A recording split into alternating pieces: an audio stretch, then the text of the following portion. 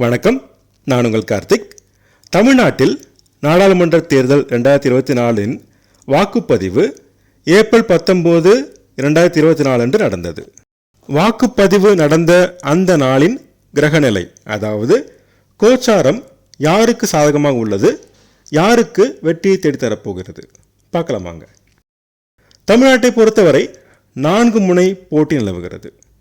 முதல்வர் திரு மு.க. ஸ்டாலின் அவர்களின் தலைமையில் ஒரு அணி, முன்னாள் முதல்வர் திரு எடப்பாடி பழனிசாமி அவர்களின் தலைமையில் ஒரு அணி, பாஜகவின் மாநில தலைவர் திரு அண்ணாமலை அவர்களின் தலைமையில் ஒரு அணி, நாம் தமிழர் கட்சியின் அமைப்பாளர் திரு சீமான் அவர்களின் தலைமையில் ஒரு அணி. இந்த 4 தலைவர்களின் ராசியை அடிப்படையாக கொண்டு ஏப்ரல் 19, 2024 அன்று இருந்த கிரக நிலைகளை அடிப்படையில் யாருக்கு சாதகமாக வெற்றியை தேடித்தரும் என்று பார்க்கலாம்.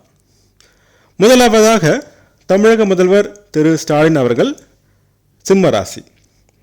சிம்ம ராசியை பொறுத்தவரை வாக்குப்பதிவின் நாளன்று கிரகநிலைப்படி மிகவும் சாதகமாக உள்ளது.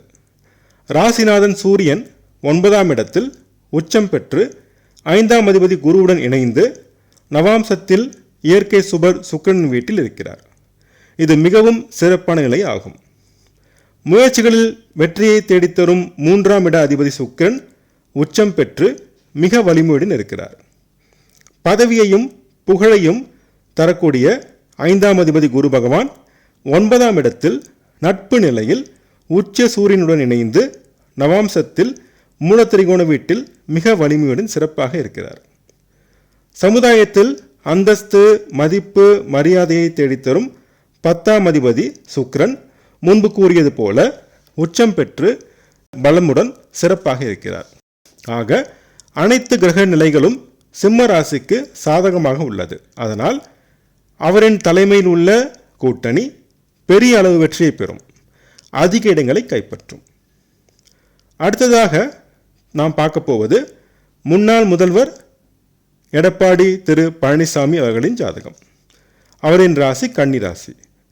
கன்னி ராசியின் ராசிநாதன் புதன் நீசபங்கம் பெற்று நவாம்சத்தில் சனியின் வீட்டில் இருக்கிறார். இது சுமான நிலைதான் ஆகும். போட்டிகளில் வெற்றியை தேடித்தரும் 3ஆம் அதிபதி செவ்வாய் 6ஆம் இடத்தில் பகை வீட்டில் சனியுடன் இணைவு பெற்று நவாம்சத்தில் புதனின் வீட்டில் இருக்கிறார். இது சிறப்பான நிலை அல்ல. பதவியையும் புகழையும் தேடித்தரும் 5ஆம் அதிபதி சனி பகவான் ஆட்சி வலு பெற்றாலும் 6ஆம் இடத்தில் மறைவு பெற்று செவ்வாயுடன் இணைவு பெற்று நவாம்சத்தில் நீச்சம் பெறுகிறார். இதுவும் சிறப்பான நிலை இல்லை. சமுதாயத்தில் மதிப்பு, மரியாதை, அந்தஸ்து போன்றவற்றை தேடித்தரும் 10ஆம் அதிபதி புதன் 7ஆம் இடத்தில் நீசபங்கம் பெற்று நவாம்சத்தில் சனியின் வீட்டில் இருக்கிறார். இது சுமான நிலைதான். இந்த கிரக நிலைகளை ஆராய்ந்து பார்க்கும் பொழுது திரு எடப்பாடி பழனிசாமி அவர்களின் தலைமையில் உள்ள அணியின் வேட்பாளர்கள் வெற்றி பெறுவது கடினம். போன தேர்தலை விட இந்த முறை வாக்கு சதவீதத்தில் சரிவை சந்திப்பார்கள். கிரக நிலைகள் வாக்குப்பதிவு நடந்த அன்று சாதகமாக இல்லை. நாம் அடுத்ததாக பார்க்க போவது தமிழக பாஜகவின் மாநில தலைவர் திரு அண்ணாமலை அவர்களின் ஜாதகம். திரு அண்ணாமலை அவர்கள் கடகராசி. கடகராசிக்கு வாக்குப்பதிவு நடைபெற்ற அன்று ராசிநாதன் சந்திரன் சிம்மத்தில் நட்பு நிலையில் இருந்தாலும் செவ்வாய் மற்றும் சனியின் பார்வையில் இருப்பது ஒரு பலவீனம். ஆனால் வீடு கொடுத்த சூரியன் உச்சம் பெறுவது சந்திரனுக்கு பலத்தை சேர்க்கும். முயற்சிகளில் வெற்றியை தேடித்தரும் 3ஆம் அதிபதி புதன் 9ஆம் இடத்தில் நீசபங்கம் பெற்று 3ஆம் இடத்தை பார்த்து 3ஆம் இடத்தை பலப்படுத்துகிறார். இது சிறப்பாகும். பதவியையும் புகழையும் தேடித்தரும் செவ்வாய் 8ஆம் இடத்தில் மறைந்து பகை வீட்டில் சனியுடன் இணைந்து இருப்பதால் இது சிறப்பான நிலை இல்லை. மேலும் அஷ்டம சனி தொடர்வதால் அதிக சவால்களை சந்திக்க நேரிடும். சமுதாயத்தில் மதிப்பு, மரியாதை, அந்தஸ்தை தேடித்தரும் 10ஆம் அதிபதியும் செவ்வாய்தான் என்பதால் முன்பு கூறியது போல செவ்வாய் சிறப்பாக இல்லை. ஆனால் 10ஆம் இடத்தில் ராஜகிரகமான சூரியன் உச்சம் பெற்று 9ஆம் அதிபதி குருவுடன் இணைவு பெற்று 10ஆம் இடத்தை மிகவும் சிறப்படை செய்கிறார். அதனால் திரு அண்ணாமலை அவர்களின் தலைமையில் உள்ள அணி சில தொகுதிகளில் வெற்றி பெறும். ஆனால் கடந்த தேர்தலை விட இந்த தேர்தலில் வாக்கு சதவீதத்தில் நல்ல முன்னேற்றத்தை காணலாம். இந்த முன்னேற்றம் மூலம் அவரின் அந்தஸ்து உயரும். நாம் அடுத்ததாக பார்க்க போவது நாம் தமிழர் கட்சியின் அமைப்பாளர் திரு சீமான் அவர்களின் ஜாதகம். திரு சீமான் அவர்களும் சிம்ம ராசி.